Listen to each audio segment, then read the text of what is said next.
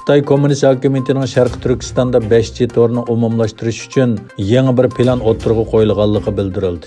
Xitoyning organ axboroti bo'lgan atalmış Şinjan gazetining xabar qilishicha, Şərqi Türkistan uchur va aloqa ishxonasi Urumchini markaz qilgan holda 5G tori qurilishini kengaytirganligini va 2021-yilning oxirigacha barliq shaharlarda 5G torini umumlashtirganligini uqtirgan.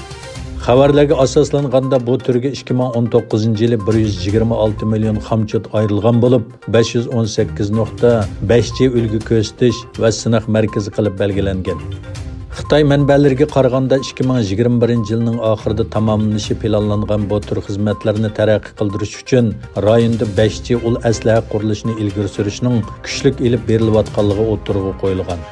Ko'zatchilarning buning rayondagi mutlaq nazoratni asos qilgan saqchi davlat sistemasini texmi kuchaytirganligini, buning maqsadi Uyg'ur turklari va boshqa millatlarni yo'qotishni maqsad qilganligini ko'rsatdi.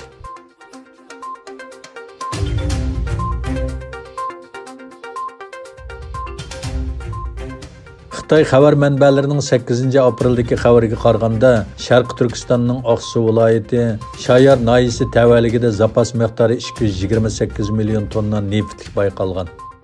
Xabarda ko'rsatilishicha, Tarim o'ymonligidagi yangidan bayqalgan bu yangi neftlik 100 million tonna darajalik cho'ng neft gaz energiya manbasi hisoblanadi.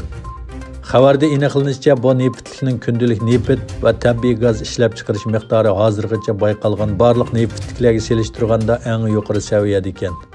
Egilinishcha, bayqalgan neft zapasi navbatda Xitoy yo'lga qo'ygan atalmış g'arbning gazini sharqqa yetkazish, ya'ni Sharq Turkistondan Xitoyga gaz yetkazish turining texmi cho'ng energiya manbasi ekan.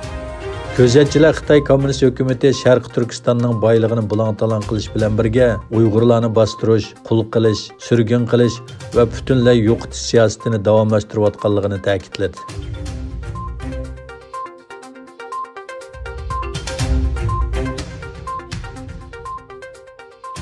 Yaponiya mablag'ini Xitoydan yo'tkamoqchi bo'lgan pul muomala shirkatlariga 2 milliard 200 million dollar xamchot ajratgan.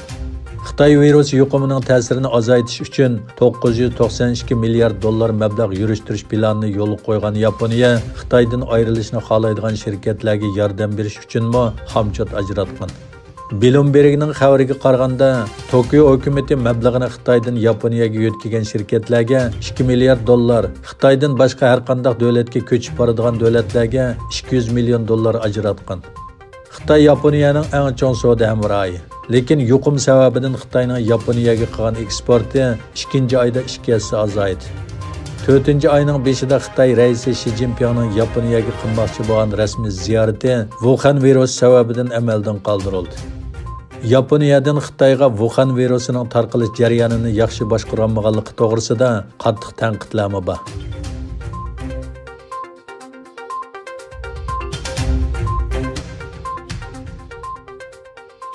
Amerikada Xitoy virusi bilan yuqumlanuvchilar umumiy soni 1,5 milliondan oshib ketdi.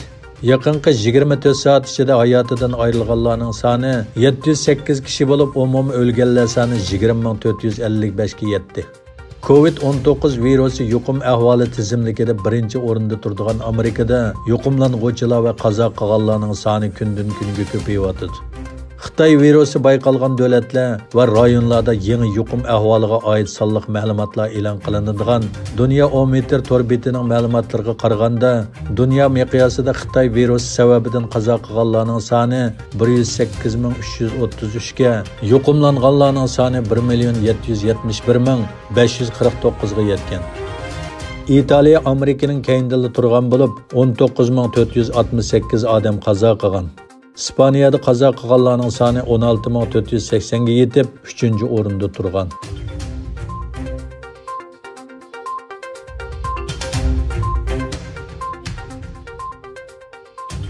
Indoneziyaning g'arbidagi Ana Krakatau yanartog'ida juma kuni kechda portlash yuz bergan. 2018-yildan buyongi eng chong portlashda kul va 500 metr egizlikka yetdi.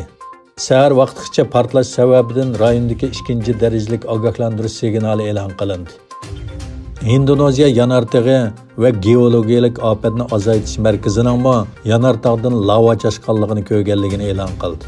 Aloqador tarmoqlar bu portlashning hozirgacha hech qanday odam o'lish va moddiy ziyonga sabab bo'lmaganligini bildirdi.